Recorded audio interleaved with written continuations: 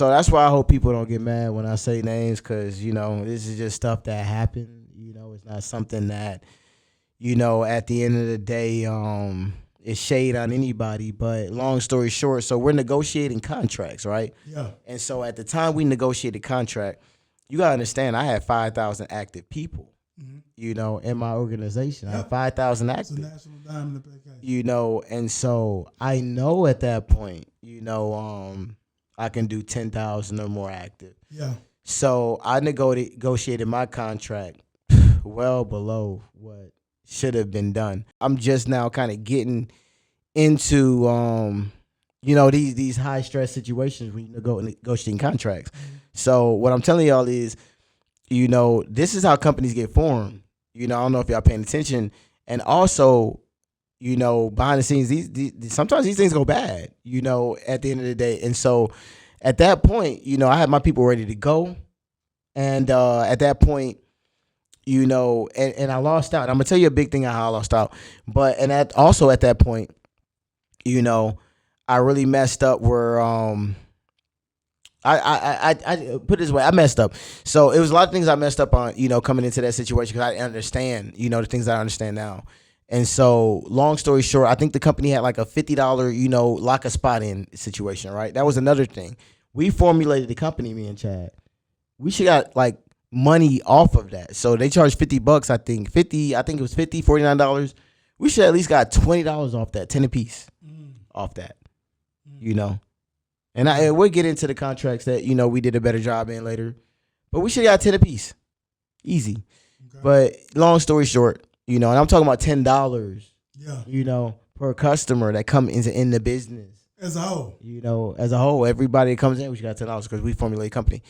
Yeah. And so, long story short, or whatever. So when I found that out, you know, instantly, you know, AWOL. I go AWOL. You know, I lost it. So, you know, I quit. You know, at that point, you know, I need more money. You know, I need more money now. I need my money now. Like, and so like I said. So how long was you in GPS? At that point, I technically wasn't in it yet because we haven't launched it. Gotcha. We were still negotiating contracts. Yeah. And so we got, you know, kind of kicked out. So it forced us to negotiate faster. So that's another reason where, one, I didn't ask for the right stuff coming up front. So, you know, that's where everything started off, you know, where it started off. And so long story short, what ended up happening was I was AWOL, I was done. And so when I found out he was getting that much money, and so they end up going up on my upfront. So I got 20 grand up front. I think I got 20 or 24 grand. I can't remember because this is 2017. So I got 20 or 24 grand up front. So I got 20, I think 24. Yeah, I got 24 grand up front. Boom. Okay. 24 grand up front for joining, and I got 16 grand a month for the first 4 months instead of getting 8 grand a month for the first 3 months, right? So I got that negotiated in there, and I got my car bonus up from $1,000 a month. It was at $1,000 a month to $2,000 a month or whatever. So that was the negotiation, right? Which was, you know, it sounds good to people. You know, don't get me wrong, $24,000 just to sign your name. Like, so what people don't understand is I didn't go to school for this. You know, this is something I figured out. And so once you're able, you know, to get to the top of a company, you know, people know that you have a customer base that's worth money to their business.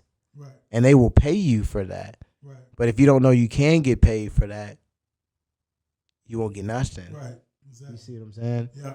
And so there's a give and take, you know. And so where I was at before was too much ego because I wasn't putting I had talent, so I wasn't putting I knew what to do.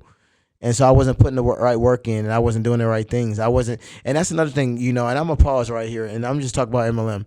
And so one thing about MLM that I don't like, you know, and this is part of the reason why me and you got, you know, kind of, you know, I'm still halfway in it. You know, you pulled all the way away from it, but this is the main reason. These leaders and these people that, you know, are leading you guys, some of them, very few, 1%, right, you know, are really shining stars. And when I say about shining stars, they really, got stuff really going on, and they can possibly put you on other things. Yeah. What I mean by that is, many of us who made all this money, I was fortunate, and we're getting to how, but many of us who made this money, I'm not gonna say splurged it and stuff like that, because people have made investments, but it's people that was making high six figures right now that aren't. And so not only are they not, it's people that's making high six figures, in MLM, but they're working right now. And that's not to say anything bad about anybody, but what I'm saying is we was not taught what we should have been taught. Okay. So I'm, a few years ago, I just started understanding credit and how to use your credit. Yeah. It's people, ripping people off on credit, Yeah. literally. And so I just understood credit. We think that, hey, you just pay for stuff, monthly, like everything else, but you're getting hit with compound interest.